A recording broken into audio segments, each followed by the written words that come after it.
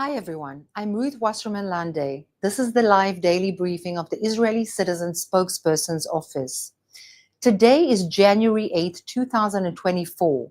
It is now 460 days that 100 people, including 2 young children, women, and the elderly, are still held in Hamas's brutal captivity.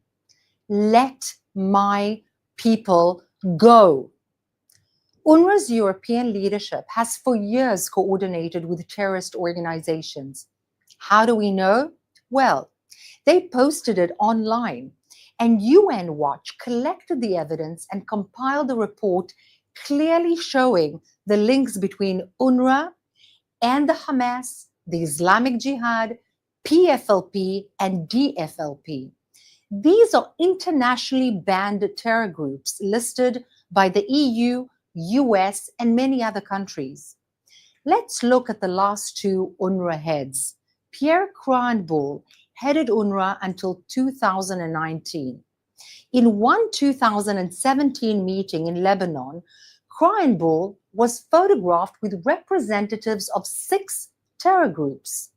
Kranbull told them, "If you challenge our decisions, we will change them or tear them up."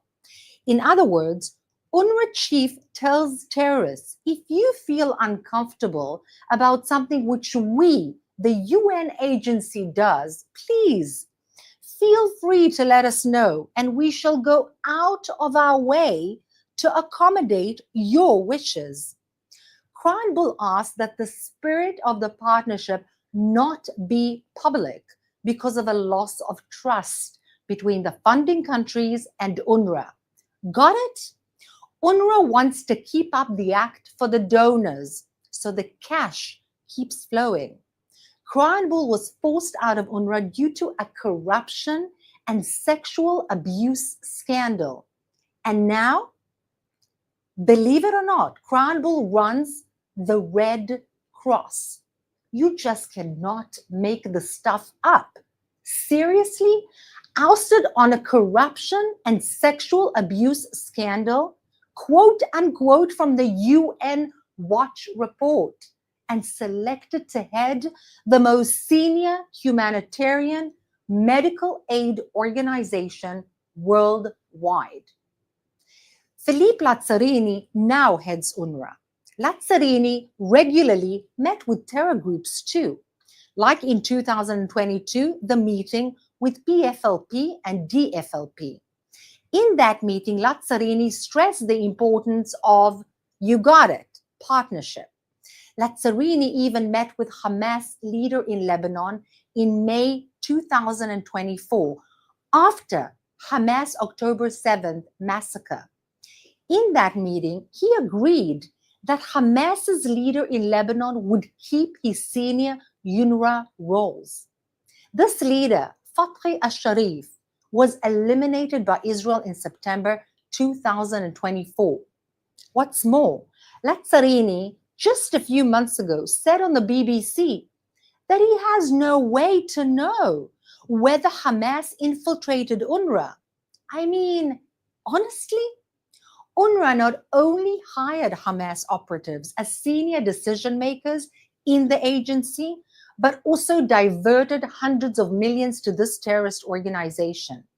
I salute the Netherlands and Sweden for ending UNRWA funding just a few weeks ago. But it's time for all governments to join them and defund UNRWA. Now, on a different matter, incoming US President Trump once again threatened Hamas if they don't let our hostages go. He demanded Hamas free the hostages before he takes office. Otherwise, all hell will break loose. Now, what does that mean? What can he do? A lot. Hamas's leaders are hosted by Qatar and Turkey. The US has huge leverage over Qatar, as billions of US dollars are in Doha in US military bases, which may be moved to a different location. The US can also influence Turkey, a key supporter of Sunni radical Islam and of Hamas by threatening its NATO membership. The US can also be instrumental in eliminating the Iranian regime's nuclear capabilities. The US can restore significant financial sanctions so Iran will no longer have the cash to feed their proxies, including Hamas. The US can also stop pressing Israel to deliver tons and tons of humanitarian aid into Gaza that funds Hamas's continued terror. The US can also make sure that the indoctrination and incitement which is fed to millions of Palestinians in Gaza and Judea and Samaria is no longer funded by the naive international arena. So you see, the current situation is not inevitable. It can be changed. Let's take some questions from our audience watching live on social media. Thank you so much, Ruth. This first question comes from Instagram. We've heard about Hamas leaks and Hamas refusing to say which hostages are even alive. Are there any updates about a hostage deal? So first, thank you for that question, because most important is our hostages and bringing them home. Now, the person in charge of the missing persons in Israel, Brigadier General in Reserves Gal Hirsch, is spending 2 days actually holding working meetings with visiting officials from the US, from the UK, from Canada, from Germany and Austria who are in Israel in order to try and work out how to get those hostages back out of Hamas captivity. But I must tell you something. The fact that Hamas has not even said who is alive and who is dead is something that I put back to the international arena. I don't expect anything from the Hamas. They lie, they cheat, they rape, they massacre, they burn, they kill. They are a designated terrorist organization, and they have no honesty, no virtue whatsoever. I expect from the international arena to cry out against the inhumanity of holding women, children, men that have done nothing, that didn't even hold weapons, and holding them against any international legal background in captivity for over 400 days. It is despicable and unacceptable.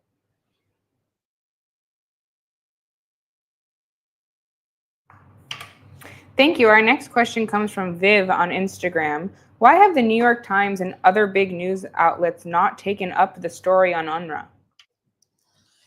First of all, the international media has a narrative. In fact, most of the international media has a narrative, not all. There are a few shining stars that have simply had the courage and the moral clarity to be frank about what on earth is happening to humanity. But to think of a UN agency that is financed by the taxpayers' money of yourselves, that is actually funding terrorism. And this has been proved. This is not Israel's research. This is internationally known already. In fact, the UN Watch just proved it, just taken out a report saying that. And God knows that the UN Watch is not in favor of Israel or the Jewish people particularly. They say that UNRWA has done what it's done. How can the international media continue to simply look away and not put a spotlight on what's happening? I ask you another thing. How could the grooming affair of young British girls in the UK have been overlooked? The media, the international media, has a role to bring the truth to the international public. And in the same manner as the grooming affair was not enough reported in the same way UNRWA and the horrific things that are happening right now to our hostages at the hands of a designated terror organization in Hamas is not being picked up enough by the international media. Thank you very much, Ruth. Our next question comes from YouTube. What, if anything, would you put in place to replace UNRWA? For the moment, no UN agency can be trusted. They have not done their job, whether it's UNIFIL in the north, to try and have the Hezbollah move away and disarm. They have not done their job in Gaza in any way. They were meant to take care of the Palestinian refugees. In fact, make the number smaller as they bring them jobs, have them have homes, and so on. The exact opposite has been happening for decades on the taxpayers' money of the international arena and its public. What needs to be done at this moment as a first, before a different agency or a different body or a different anything can take UNRWA's place, is have the Hamas disarm itself or be disarmed by the IDF and bring our hostages back. Then the population of Gaza can go back to rebuilding, to having education, to having sustainable sources of income. The Hamas is preventing that from their own people. And this as well is a human tragedy. Unfortunately, that's all we have time for today. But tomorrow at the same time at 3 p.m. Israel time, 8 a.m. East Coast time, we hope to see you again. Thank you so much for being with us. Thanks for watching. Drop a comment below. Don't forget to like, share, and hit subscribe to stay updated with our latest content. Until next time, stay informed and inspired. This is Djabnik signing off.